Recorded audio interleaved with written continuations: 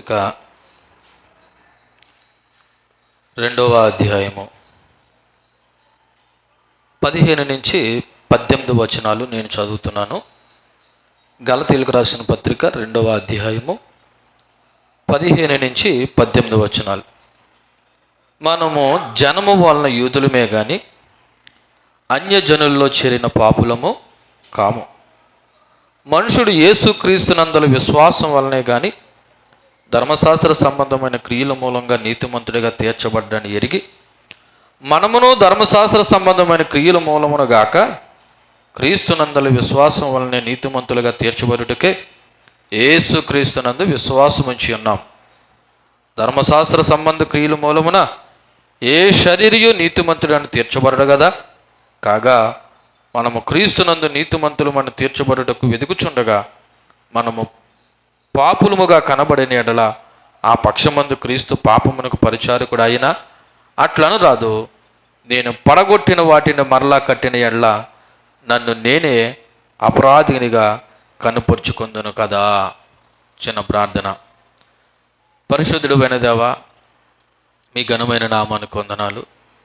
ఈ మధ్యాహ్న కాల సమయమందు మీ కృపాసన ఎద్దుకు ఇదిగో మీ మాటలు ధ్యానించాలని ఆశపడుతూ ఉండగా మీరే మమ్మల్ని దర్శించి ఆకర్షించి మీ వాక్యము ద్వారా మమ్మల్ని ఉదక స్నానం చేయమని, ఇదిగో మా జీవితంలో ఆధ్యాత్మికమైన కార్యములు జరుగులాగున అనగా మారు మనసు రక్షణ అనుభవంలో నడిపించి మీరే మహిమ పొందమని యేసుక్రీస్తు నామములో ఈ ప్రార్థన అడిగి వేడుకొంచున్నాం తండ్రి, ఆమేన్.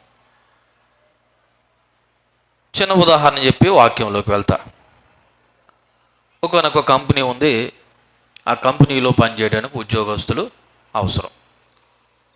సో ఆ కంపెనీ ఏం రూల్ పెట్టిందంటే, ఏ దేశం వాడైనా పర్లేదు, ఏ రాష్ట్రం వాడైనా పర్లేదు, ఏ జిల్లా వాడైనా పర్లేదు, ఏ మండలం వాడైనా పర్లేదు, ఆ మాటకు వస్తే ఏ కులమోడైనా పర్లేదు, ఏ మతమోడైనా పర్లేదు, వాడికి ఏం కావాలంటే మా కంపెనీ యొక్క నియమ నిబంధనల ప్రకారం క్వాలిఫికేషన్ అనగా అర్హత ఉండి మా కంపెనీలో పనిచేయడానికి కావాల్సిన స్కిల్స్ మీకున్నట్లయితే రండి, మీ రిజ్యూమ్ను మాకు పంపించండి అని ఒక నోటిఫికేషన్ వేసినప్పుడు దేశ విదేశాల్లో అందరూ కూడా వాళ్ళ యొక్క రిజ్యూమ్స్ని వాళ్ళ యొక్క క్వాలిఫికేషన్తో సహా పోస్టులో పంపించే వాళ్ళు పోస్టులో పంపించారు, ప్రత్యక్షంగా వచ్చి ఇచ్చిన వాళ్ళు ఇచ్చారు.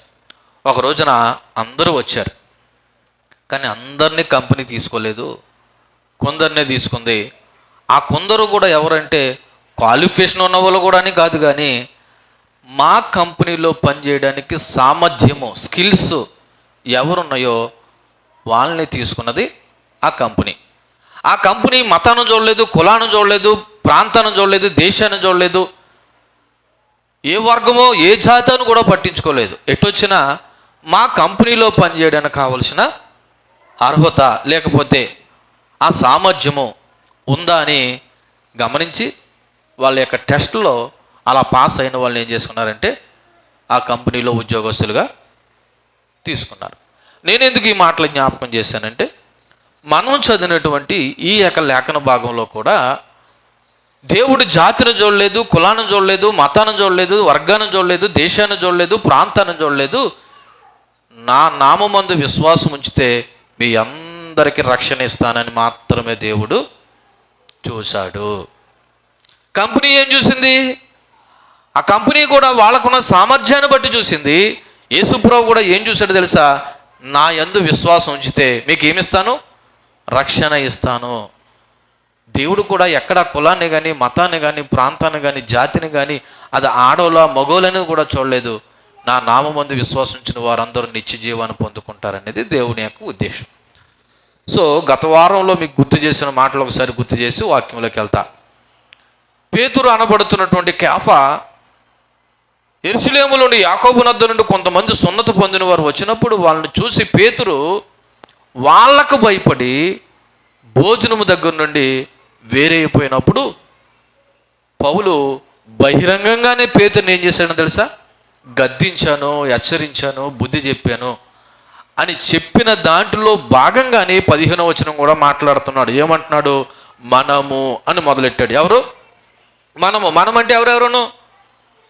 పౌలు పేతురుని ఇద్దరిని కలిపి ఈ మాట ఎవరితో మాట్లాడుతున్నాడు అంటే పేతురుతో మాట్లాడుతున్నాడు. మనము జనము వలన యూదులమే గాని అన్యజనుల్లో చేరిన పాపులము కాము అంటే ఆ మాటకు అర్థం ఏంటంటే మనము జాతిపరంగా పుట్టుకతో అబ్రహామును బట్టి దేవుని చేత ఎన్నుకోబడ్డాం. అంతేకాదు మన వాగ్దాన సంబంధులు.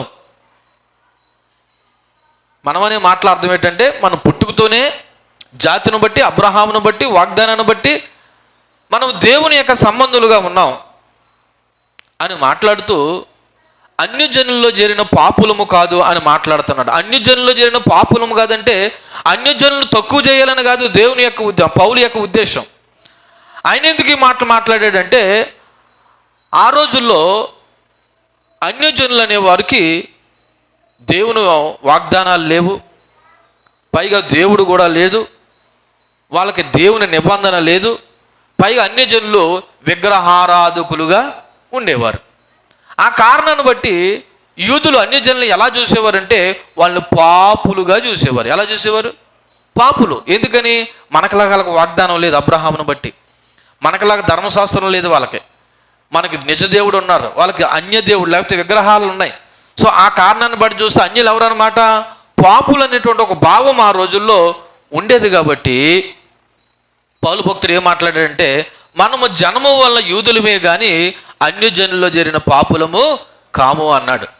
నిజానికి ఒక రకంగా మనము పాపులంగానే లేకపోతే దేవునికి దూరస్తులుగానే ఉన్నాం. ఒకసారి ఎఫెసీయులకు రాసిన పత్రిక 2వ అధ్యాయము 11, 12 వచనాలు చదివినట్లయితే ఎఫెసీయులకు రాసిన పత్రిక 2వ అధ్యాయం 11, 12 వచనాల్లో కాబట్టి మునుపు శరీర విషయంలో అన్యజనులై ఉండి శరీరమందు చేతితో చేయబడిన సున్నత గలవారు అనబడిన వారి చేత సున్నత లేని వారు అనబడిన మీరు ఆ కాలమందు ఇశ్రాయేలీలతో సహపౌరులు కాక మనం ఎలాగున్నామంట?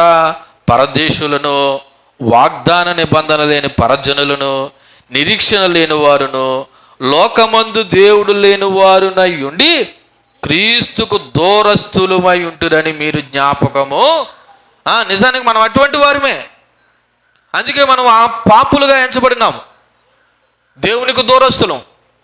ఇశ్రాయేలు ప్రజల్లాగా మనము సహపౌరులం కాదు, పైగా మనం అన్యజనుల్లో చేరినటువంటి పాపులము, నిరీక్షణ లేని వారము, పరజనులము, లోక సంబంధులము. ఆ ఉద్దేశంతోనే పౌలు కూడా ఆ విధంగా మాట్లాడినాడు.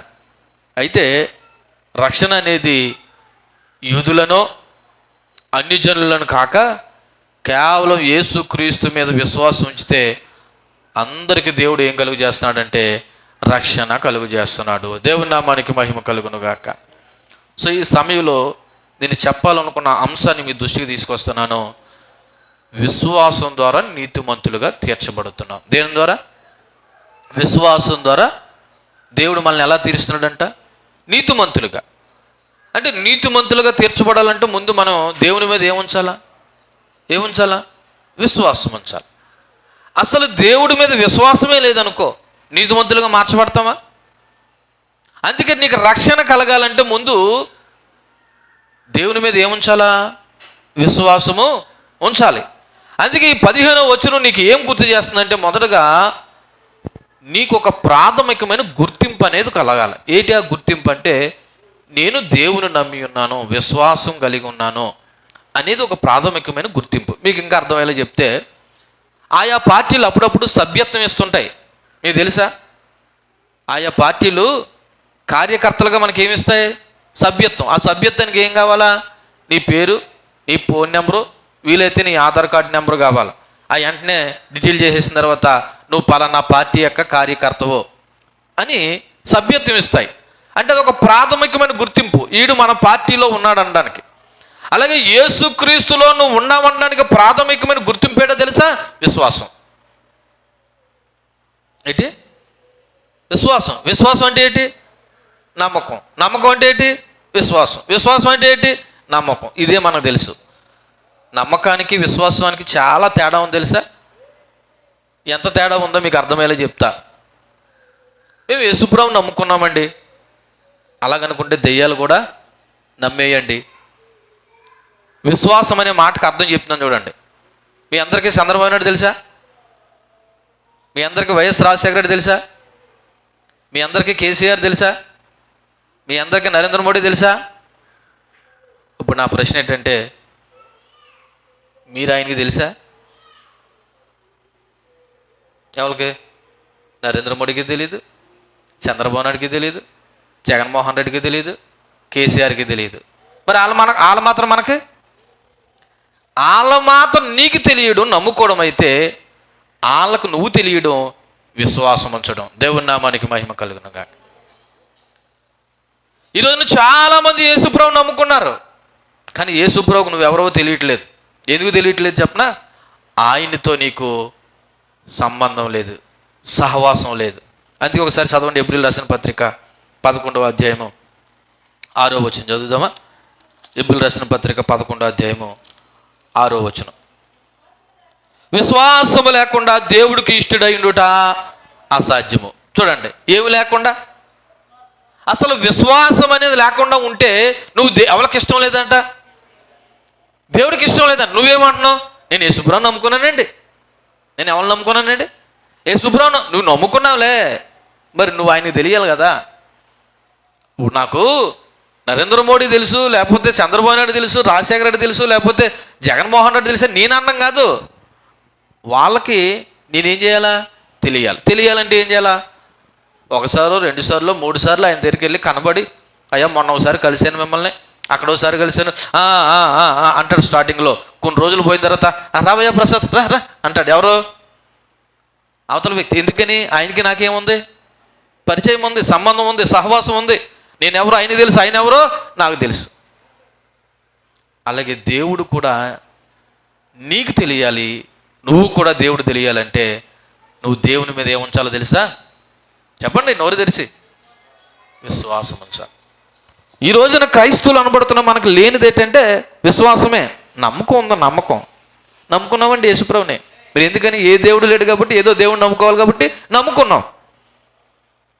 నేను అప్పుడప్పుడు అనుకుంటాను, కొన్ని దైవికమైన కార్యక్రమాలు జరుగుతున్నప్పుడు వీళ్ళు యేసుప్రభుని నమ్ముకున్నారు కాబట్టి ఈ విధమైన కార్యక్రమాలు చేస్తున్నారు, కానీ ఆ యేసుప్రభుని నమ్ముకుంటే ఇంకొకరు నమ్ముకుంటే ఆ విధానంలో చేస్తారు. ఇక్కడున్న మనందరికీ యేసుప్రభు అనే దేవుడు ఎలా తెలిసాడు? మీ అమ్మను బట్టో, మీ తాతను బట్టో, లేదా మీ ఇంట్లో వాళ్ళని బట్టే, అంతే తప్ప మీకు వ్యక్తిగతమైన అనుభవం లేదు. మీకు పలానా రోజున యేసుప్రభు నాతో మాట్లాడాడండి, మాటను బట్టి. పలానా రోజున యేసుప్రభు నన్ను దర్శించాడండి, పలానా రోజున యేసుప్రభు నాతోనే ఇలా మాట్లాడాడండి అని చెప్పండి మీరు ఒకసారి. అంటే ఏం లేదనమాట యేసుప్రభుకి నీకు. మరి సంబంధం లేనప్పుడు నేను చచ్చిపోతే పరలోక రాజ్యంలో ఉంటాను, యేసుప్రభు ద్వారా నేను అక్కడికి వెళ్ళిపోతాను ఎలాగనుకుంటున్నావు? అసలు యేసుప్రభుకు నువ్వు తెలియదంట. ఇప్పుడు పరలోక రాజ్యానికి తెలియాలంటే ఎవరిని అడగల? మధ్యలో ఎవరు ఉన్నారు? యేసుప్రభు ఉన్నాడు. మరి యేసుప్రభు తెలితేనే కదా ఆయన పరలోక రాజ్యానికి రెక్కెట్టుకుని తీసుకెళ్ళేది. ఇప్పుడు ఆయనకే నువ్వు ఎవరో తెలియనప్పుడు ఇంకా ఆయన పరలోక రాజ్యానికి ఎలా తీసుకెళ్తాడు? మరి ఆయనకి ఎలా తెలుస్తుంది?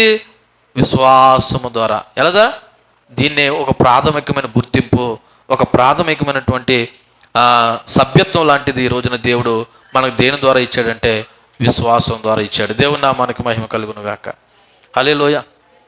మరి మిమ్మల్ని అడుగుతున్నాను, ఆ విశ్వాసం మీకు ఉందా? యేసుప్రభు అంటే మీకు విశ్వాసం ఉందా అని నువ్వు అంటే ఉందని అడ్డంగా బుర్రపడం కాదు. విశ్వాసంగా నిజంగా ఉంటే నువ్వెవరివో యేసుప్రభు తెలియాలి, నువ్వు తెలియడం కాదు. అలా తెలియాలంటే ఆయనకు నీకేముండాలంటే సంబంధం ఉండాలి, సహవాసం ఉండాలి. విశ్వాసం లేకుండా దేవుడికి ఇష్టం అసాధ్యం. దేవుడికి ఇష్టం అవ్వాలంటే నీలో ఏముండాలంటే ముందు విశ్వాసం ఉండాలి. ఈ విశ్వాసం అనే అంశం గురించి ఇంతకుముందు నేను చెప్పాను. వీలైతే మరలా వినే ప్రయత్నం చేయండి. కాబట్టి 15వ వచనంలో పౌలు ఏమంటాడంటే, అయ్యా మనము జనము వల్ల యూదులమే, కానీ అన్ని జనుల్లో జరిగిన పాపులము కాము. అది పౌలు పేతురుతో అంటున్న మాట. కానీ ఈ రోజున యేసుక్రీస్తు ఏమన్నాడు తెలుసా? యూదుడని లేదు, గ్రీసు దేశస్థుడని లేదు, సున్నత పొందినవాడని లేదు, సున్నత పొందలేనివాడని తెలియదు. నా యందు నమ్మకం ఉంచితే, విశ్వాసం ఉంచితే మీ అందరికీ ఏమిస్తాను? రక్షణ ఇస్తాను అంటున్నాడు. ఏమి ఉంచితేనంట? మీరు ఎక్కడికైనా వెళ్ళండి, ఏదో ఒకటి మనకు కావాలంటే వెల చెల్లించాలి.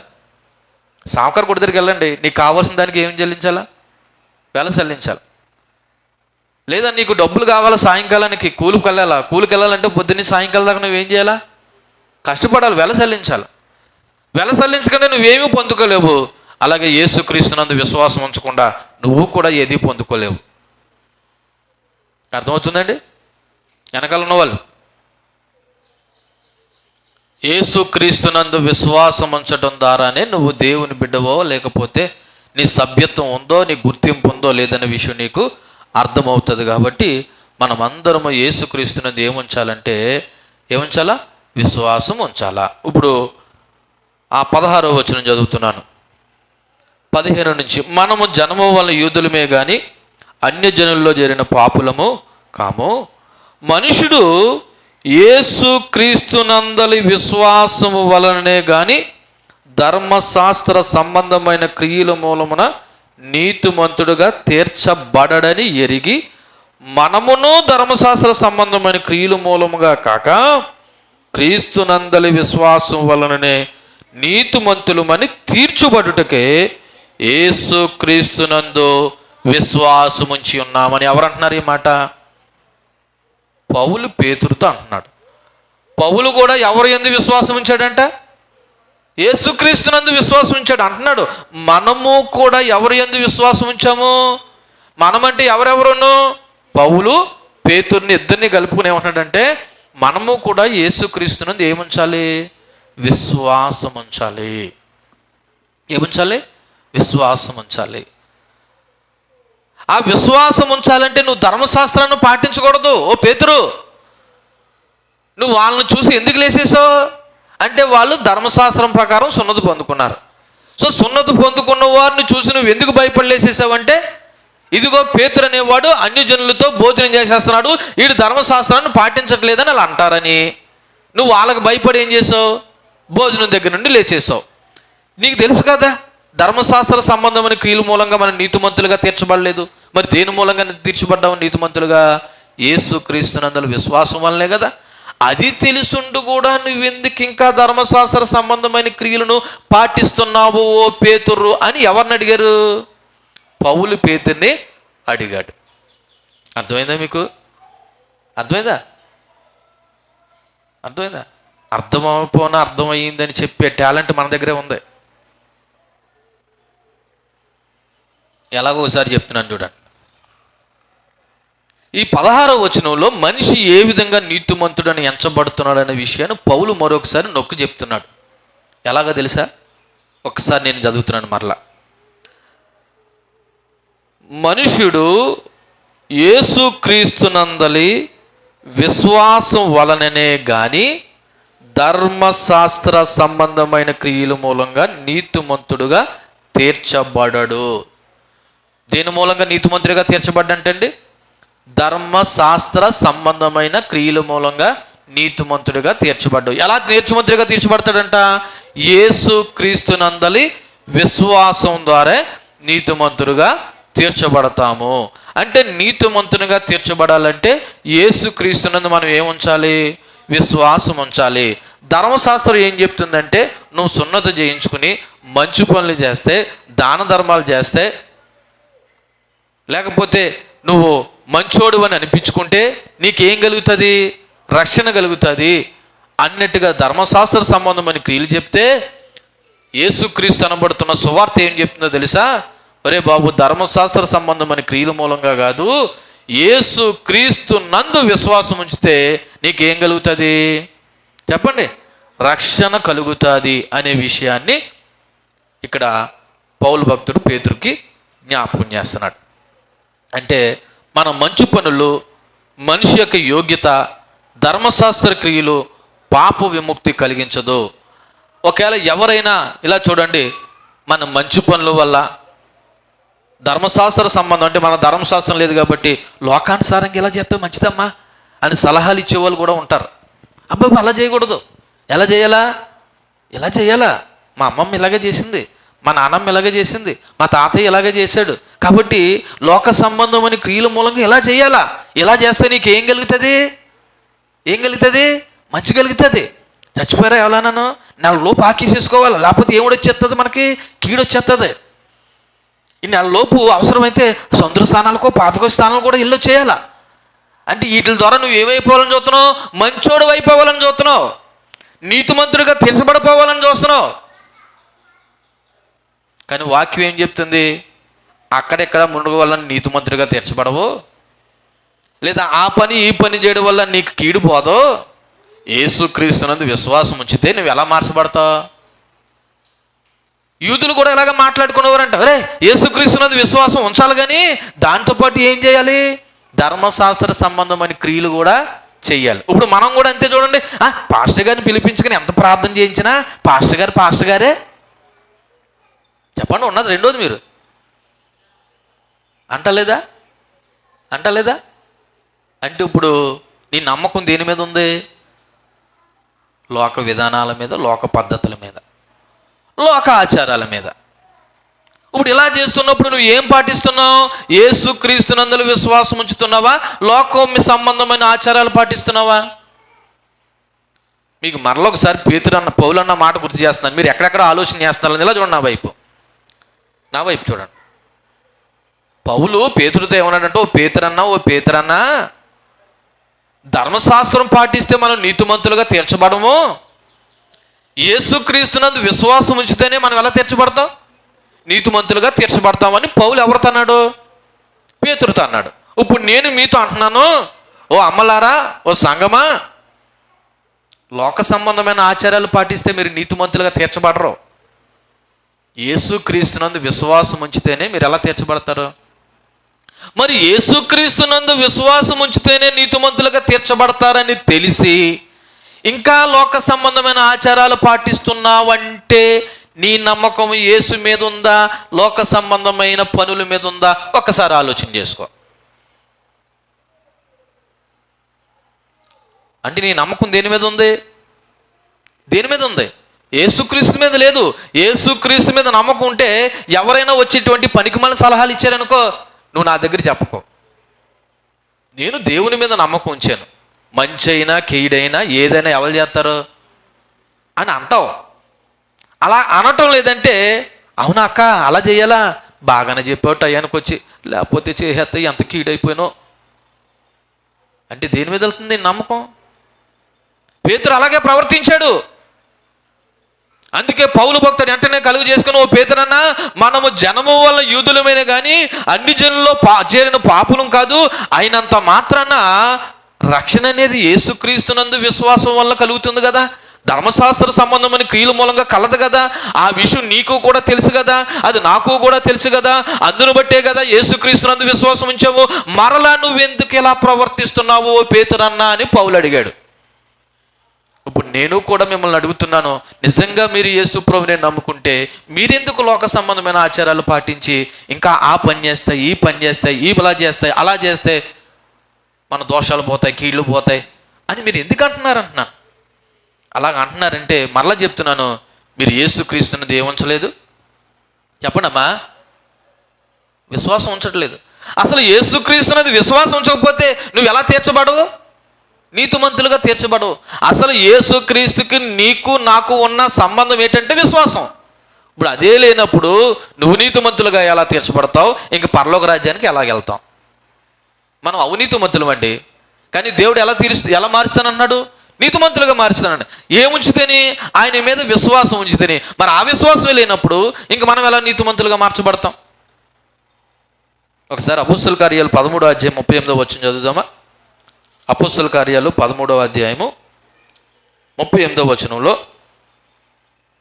కాబట్టి సహోదరులారా, మీకు ఈయన ద్వారానే పాపక్షమాపణ ప్రచురమగుచున్నదనియు, మీరు మోషే ధర్మశాస్త్రము వలన ఏ విషయములలో నీతిమంతులుగా తీర్చబడలేకపోతిరో ఆ విషయములన్నిటిలో విశ్వసించు ప్రతివాడును ఈయన వలననే, అనగా యేసుక్రీస్తు వలననే నీతిమంతుడుగా తీర్చబడునని మీకు తెలియను కదా. అంటే ఎవరి వలన నీతిమంతులుగా తీర్చబడతామంట? యేసుక్రీస్తు వలననే. ఎలాగంట? అక్కడ రాయబడిన మాట, విశ్వసించు ప్రతివాడును. దేవుని నామానికి మహిమ కలుగును గాక. మనం నీతిమంతులుగా తీర్చబడకపోతే పరలోక రాజ్యంలో మనకు స్థానం లేదే. ఆ నీతిమంతులుగా తీర్చేది నేనే అని యేసుప్రభు మనకు భరోసా ఇస్తున్నాడే. మరి ఆ నీతిమంతులుగా తీర్చాలంటే మీరు నా యందు నమ్మకం ఉంచమని అడుగుతున్నాడే. అయినా యేసుప్రభుని నమ్ముకున్నామని చెప్పి ఇంకా యూదుల ధర్మశాస్త్రాన్ని పాటించినట్టు మనం కూడా ఏం పాటిస్తున్నాం? లోక సంబంధమైన ఆచారాల వ్యవహారాలు పాటిస్తున్నారు. గుర్తుపెట్టుకొని ఒక మాట చెప్తున్నాను, ఏమనుకోవద్దు. మీరు బ్రతుకు కాలంలో మీరు ఎన్ని లోకాచారాలు పాటించినా మీరు ప్రభు మీద నమ్మకం లేదు, విశ్వాసం లేదు, చింతిస్తూ ఈ మాట చెప్తున్నాను, నరకానికి పోతాం. ఎందుకని? నీ నమ్మకం ఎవరు? యేసుక్రీస్తు.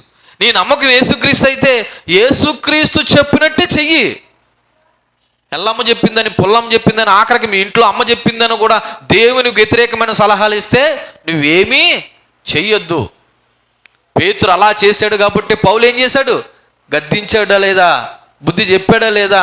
అవసరమైతే ఓ పేతురన్న, రక్షణ అనేది ధర్మశాస్త్ర సంబంధమైన క్రియల మూలంగా కలగదరా, యేసు క్రీస్తు ద్వారా కలుగుతుందనే విషయాన్ని మరొక మారు అక్కడ జ్ఞాపకం చేస్తూ ఉన్నాడు. చదవండి, రోమిలికి రాసిన పత్రిక 3వ అధ్యాయము 24వ వచనం కూడా చదువుదామా? రోమిలికి రాసిన పత్రిక 3వ అధ్యాయము 24వ వచనంలో, కాబట్టి నమ్మువారు ఆయన కృపచేతనే క్రీస్తు యేసునందలి విమోచనము ద్వారా ఉచితముగా నీతిమంతులమని తీర్చబడుతున్నాం. ఉచితంగా. ఎలాగంటే అండి? ఉచితంగా నీతిమంతులుగా తీర్చబడిన కానీ డబ్బులు ఏమి అడుగుతలేదు. నా మీద నమ్మకం ఉంచితే మిమ్మల్ని ఎలా తీరుస్తాను? నీతిమంతులుగా. మరొక మాట చదవండి అక్కడ 28వ వచనంలో, కాగా ధర్మశాస్త్ర సంబంధమైన క్రియలు లేకుండా విశ్వాసం వలననే మనుషులు నీతిమంతులుగా తీర్చబడుచున్నారని. ఏది లేకుండా? ధర్మశాస్త్ర సంబంధమైన క్రియలతో పని లేకుండా యేసుక్రీస్తునందు విశ్వాసం ఉంచడం ద్వారా మనం ఎలా మార్చబడుతున్నామంట? ఇప్పుడు అలాంటప్పుడు ఇలా చూడండి, మరి అలాంటి లోక సంబంధమైన ఆచారాలు మీరు ఎందుకు చేస్తున్నారు? దానివల్ల మనం నీతిమంతులుగా తీర్చబట్టలేదంట. మరి తీర్చబడలేనప్పుడు మీరు ఇంకా పాటిస్తున్నారు? ఎన్నో సందర్భాలు చెప్తున్నాను. పురుషులైనా స్త్రీలైనా ఒకళ్ళు లోక సంబంధంగా ఆచారాలు చేసుకుంటున్నారనుకో, నువ్వు చెయ్యకపోయినా అందులో పాలు పంపులు పొందుకోవడం కూడా పాపమే. నువ్వు చెయ్యవు కానీ అందులో నువ్వేం చేసుకుంటున్నావు? ఉదాహరణకి 3వ రోజు గోధు దగ్గరికి వెళ్తానని ఎప్పటి నుంచో వాళ్ళతో చెప్తున్నాను, వెళ్ళడం మానేరే. అయినా వెళ్తున్నారంటే వాళ్ళు కూడా ఏం చేస్తున్నారు? పాపంలో పాలు పంపులు పొందుతున్నారు. వాళ్ళకి నమ్మకం లేదు. నీకుంది కదా యేసుక్రీస్తు అంటే నమ్మకం. మరి యేసుక్రీస్తు మీద ఉంచిన నమ్మకం నువ్వు ఎందుకు పాడు చేసుకుంటున్నావు? అంటే నలుగురితో నారైనా గుంపులో గోవింద అన్నట్టుగా ప్రవర్తిస్తున్నావా? దేవుడికి అలాంటి వాళ్ళు అవసరం లేదు. నమ్మితే యేసుక్రీస్తుని యథార్థంగా నమ్మేవాళ్ళు కావాలి. లేకపోతే విడిచిపెట్టండి, ఏం పర్లేదు. అమ్మా, యేసుప్రభు ఏం ఫీల్ అవ్వడం, మీరే ఫీల్ అవుతారు రేపు అన్న రోజున. మీరు ఆయన దగ్గరకు వచ్చినా దేవుడే, రాకపోయినా దేవుడే. ఆయన విలువనే మనం ఏం తగ్గించలేము. ఆయన చెప్పినట్టు ఆలకిస్తే నీ విలువ పెరుగుతుంది. ఆయన బ్రతకమన్నట్టు బ్రతికితే మనకు మోక్షం దొరుకుతుంది. ఇంకా ఏం మాట్లాడుతున్నాడో తెలుసా? పేతురుతో పౌలు క్రీస్తు మీద విశ్వాసం ద్వారా యూదులను కానీ అన్యజనుల మధ్య ఉన్న విభజన గోడను ఏం చేశాడంటే విచ్ఛిన్నం చేసేసాడు. అంటే పేతురన్న, యూదులని లేదు, అన్యజనులని లేదు, మనమందరము ఒకటే, అది కూడా దేవుని మీద విశ్వాసం ద్వారానే అన్న విషయాన్ని పౌలు భక్తుడు పేతురుతో మాట్లాడుతూ ఉన్నాడు. దీన్ని బట్టి మనం నేర్చుకోవాల్సిన విషయం తెలుసా? యేసుక్రీస్తులో మనమందరము ఐక్యత కలిగి జీవించాలనే విషయాన్ని జ్ఞాపకం చేస్తున్నాడు. దేవుని నామానికి మహిమ కలుగును గాక. ఏం కలగండి? ఐక్యత. ఇప్పుడు ఉదాహరణ చెప్పాను కదా, ఈ సంఘం వాళ్ళు లేదా ఈ ప్రభు నమ్ముకున్న వాళ్ళు అందరూ ఒక మాట మీద ఉంటారు, అందరూ ఒక మాట మీద ఉంటారు అని అన్నారు అనుకోండి, అప్పుడు ఏం కలుగుతుంది? మనలో ఏమున్నట్టు? ఐక్యత ఉన్నట్టు. లేదా ఈ పాస్టర్ గారులు కానీ, ఈ ఊళ్ళో ఉన్న పాస్టర్ గారులు కానీ అందరూ ఓ మాట మీద ఉంటారు అంటే ఏమున్నట్టు?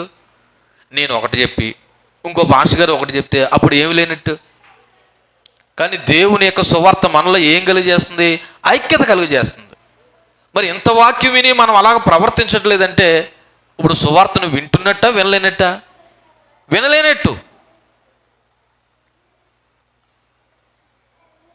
ప్రియ సంగమా, మరలా చెప్తున్నాను, లోక సంబంధమైన ఆచారాల వల్ల నీకు ఏ విధమైన కీడు కానీ లేదా ఏ విధమైన మేలు కానీ జరగదు. అవి నీ చేసినా చేయకపోయినా అంతే.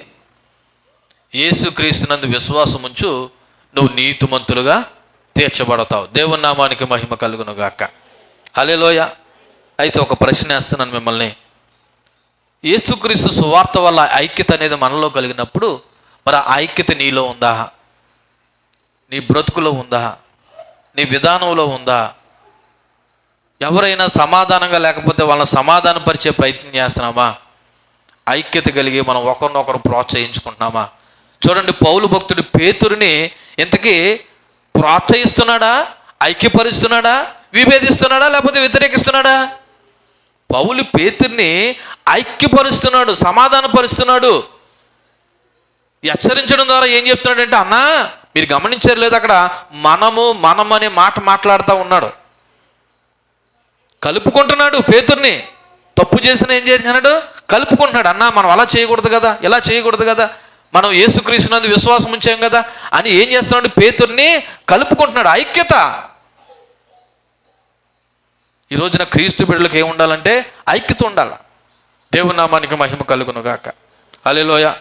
తర్వాత మాట చదువుదాం. గలతీయులకు రాసిన పత్రిక 2వ అధ్యాయము 17వ వచనం. కాగా మనము క్రీస్తునందు నీతిమంతులమని తీర్చబడుటకు వెతుకుచుండగా మనము పాపులముగా కనబడిన యెడల ఆ పక్షమందు క్రీస్తు పాపమునకు పరిచారకుడాయనా అట్లనరాదు అనే ఒక మాట కనబడుతూ ఉంది. దీనికి అర్థం ఏంటంటే, క్రీస్తునందు విశ్వాసం మూలంగా మాత్రమే రక్షణ అయితే మరి ఆయన పాపానికి పరిచారకుడా. దేని మూలంగా రక్షణ ఏంటండి? యేసుక్రీస్తునందు విశ్వాసం ద్వారానే మనకి రక్షణ. మరి అటువంటిదప్పుడు ఆయన పాపానికి పరిచారకుడా అనే ప్రశ్నకి ఇక్కడ సమాధానం చెప్తున్నాడు పౌలు. ధర్మశాస్త్ర సంబంధమైన క్రియల మూలమున ఏ శరీరియు నీతిమంతుడిగా తీర్చబడకపోతే మరి ధర్మశాస్త్రం కింద ఉన్న వారికి, ధర్మశాస్త్రం క్రింద లేనటువంటి అన్యులకి మనకు ఉన్న తేడా ఏంటి అనేది యూదుల అభిప్రాయం. ఏమన్నాడు తెలిసి ఎలా చూడన్న వైపు, ధర్మశాస్త్రం ఎవరికి ఇవ్వబడ్డది? యూదులకి. అన్యులకి ధర్మశాస్త్రం ఉందా? లేదు. మరి ధర్మశాస్త్ర సంబంధమైన క్రియల మూలంగా ఒకడు నీతిమంతుడిగా తీర్చబడలేకపోతే మరి అటువంటిదప్పుడు యూదులకి ధర్మశాస్త్రం ఎందుకు? అలాంటిదప్పుడు వాళ్ళు ధర్మశాస్త్రం కింద లేనటువంటి అన్యులకి ఉన్నప్పుడు ఇంకా వాళ్ళకి మనకి తేడా ఏమిటి అని యూదుల యొక్క ఆలోచన. అర్థమైందా? యూదులకి ఏం దొరికింది? ధర్మశాస్త్ర సంబంధమైనటువంటి వాగ్దానం దొరికింది. అన్యజనులకు అది ఏమీ లేదు. పౌలు ఏమంటున్నాడు? ఆడు లేదు, ఈడు లేదు, అందరూ దేవుని దృష్టిలో సమానం అంటున్నాడు. మరి అలాంటిదప్పుడు యేసు ప్రభువు మాకు ధర్మశాస్త్రం ఎందుకు ఇచ్చాడు అన్నట్లుగా వీరు మాట్లాడుతూ ఉన్నాడు.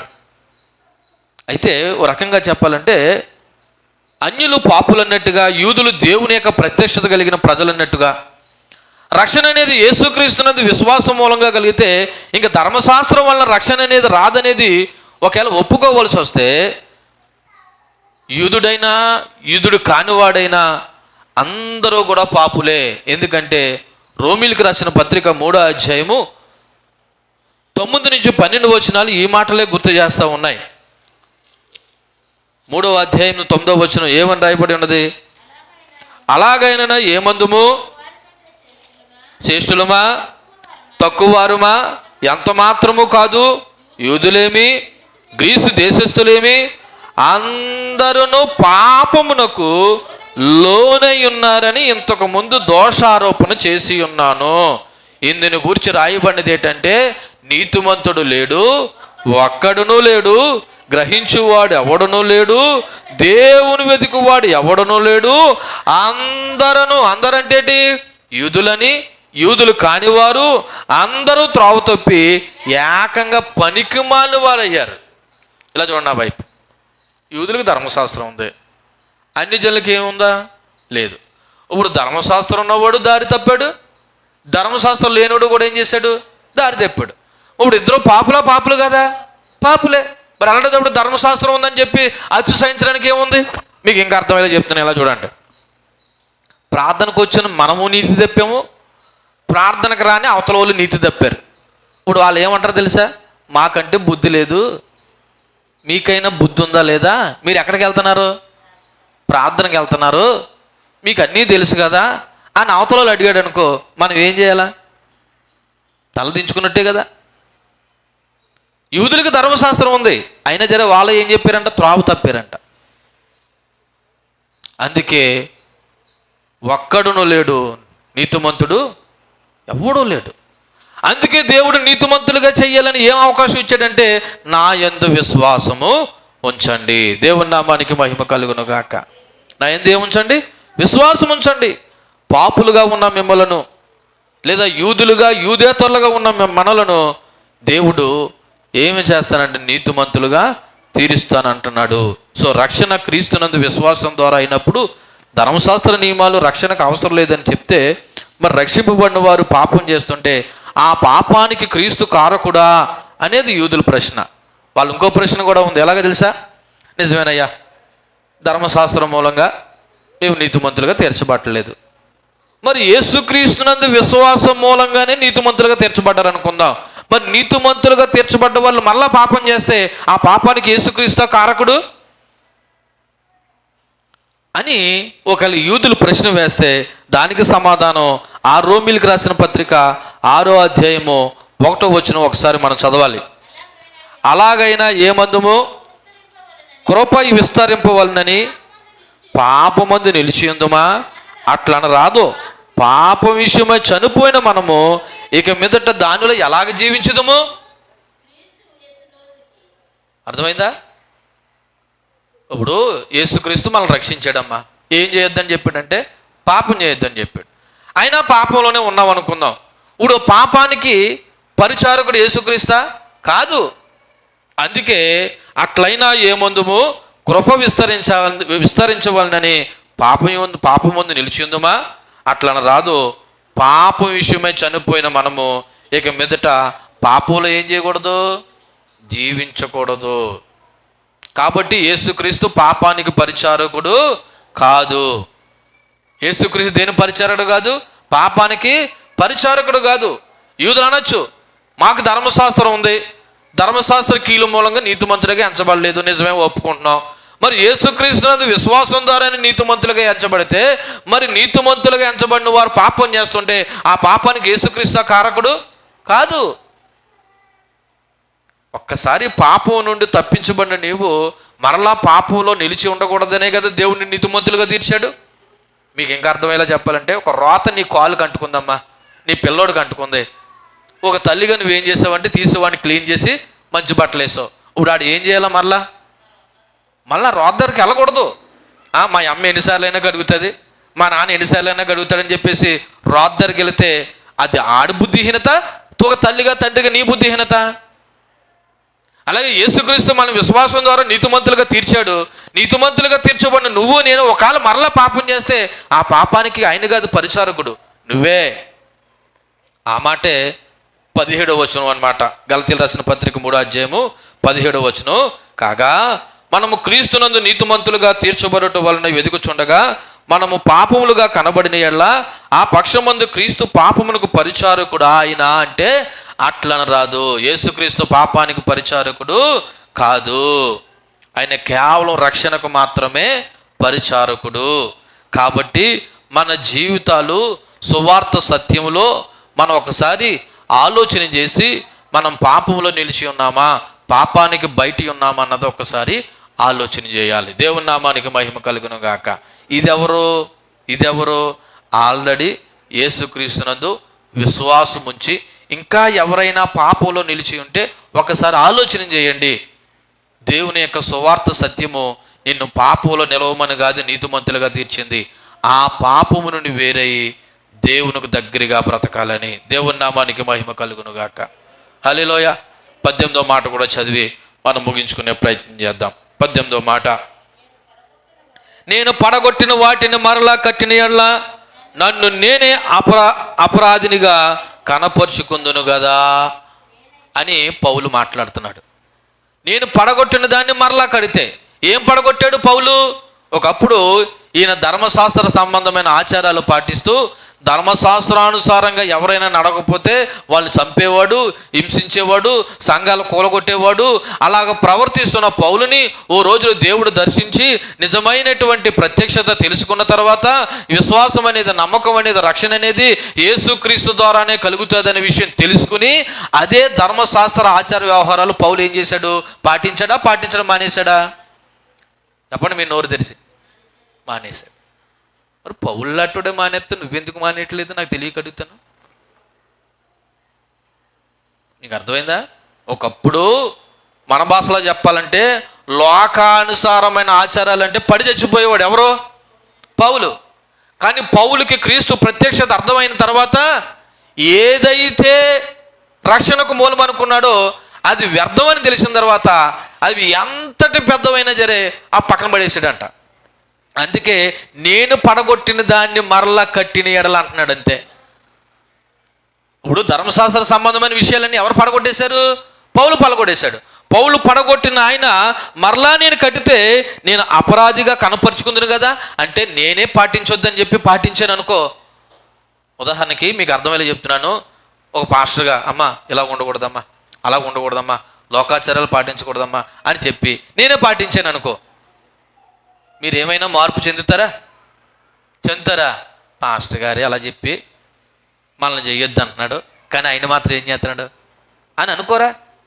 పౌలు కూడా అది అన్నాడు, నేను పడగొట్టిన వాటిని. ఎందుకంటే ధర్మశాస్త్ర సంబంధమైన క్రియల మూలంగా మనుషుడికి ఏం కలగదు? రక్షణ కలగదు. మరి అలా పడగొట్టిన వాటిని మరలా కట్టితే నేను అపరాధన కదా.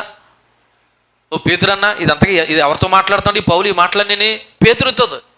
అవును కదా, మనకు తెలుసు కదా ధర్మశాస్త్ర సంబంధమైన క్రియల మూలంగా మనం నీతిమంతులు మనం తీర్చబడమని తెలుసు కదా. అయినా సరే పడగొట్టిన వాటిని మరలా ఎందుకు కట్టే ప్రయత్నం చేస్తున్నావు? అలా కడితే నువ్వు నేను అపరాధం అవుతాం కదా. అంటే దాని అర్థం ఏంటంటే ధర్మశాస్త్ర సంబంధమైన క్రియలు అనవసరం అని చెప్తున్నాడు. నేను ఈ సమయంలో చెప్తున్నాను, లోక సంబంధమైన క్రియలు అనవసరం, లోక సంబంధమైన ఆచారాలు అనవసరం. అలా చేశారంటే మరలా మీరు పడగొట్టిన దానిని మరలా కట్టే ప్రయత్నం చేస్తూ ఉన్నారని అర్థం. అందుకే ఒకసారి మన అంశం దాటి ఒక్కసారి గలతీయులు రాసిన పత్రిక 4వ అధ్యాయము 8వ వచనం చదవండి. 4వ అధ్యాయం 8వ వచనం.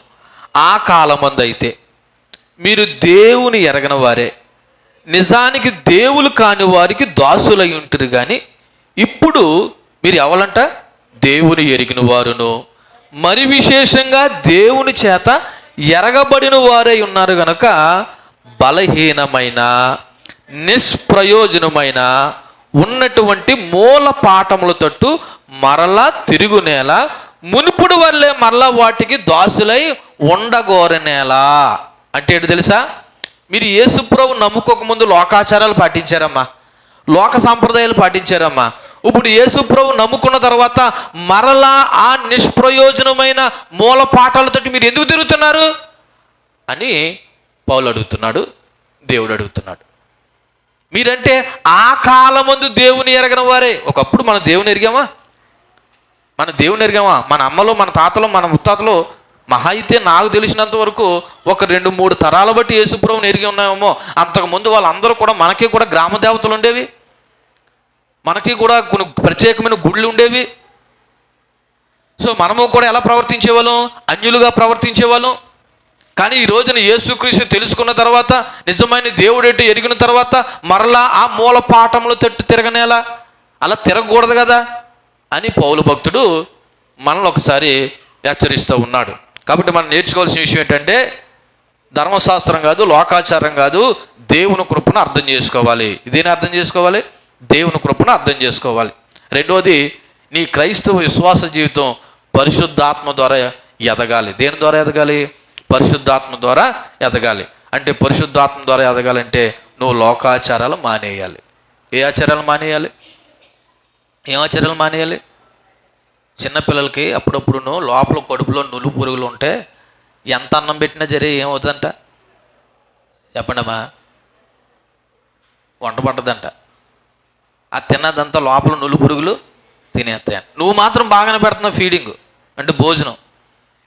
అలాగే నువ్వు ఎంత వాక్యం విన్నా నీ కడుపులోనూ నీ హృదయంలోనూ లోకాచారాలు ఉన్నంత వరకు నువ్వు ఎదగలేవు.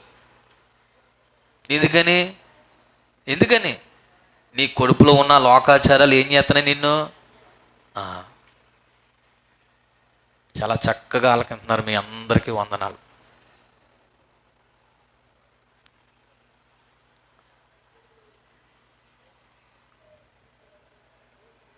దేవుడి మాటలు మన ఇంట్లో దీవించునుగాక. కళ్ళు మూసుకొని ప్రార్థన చేద్దాం.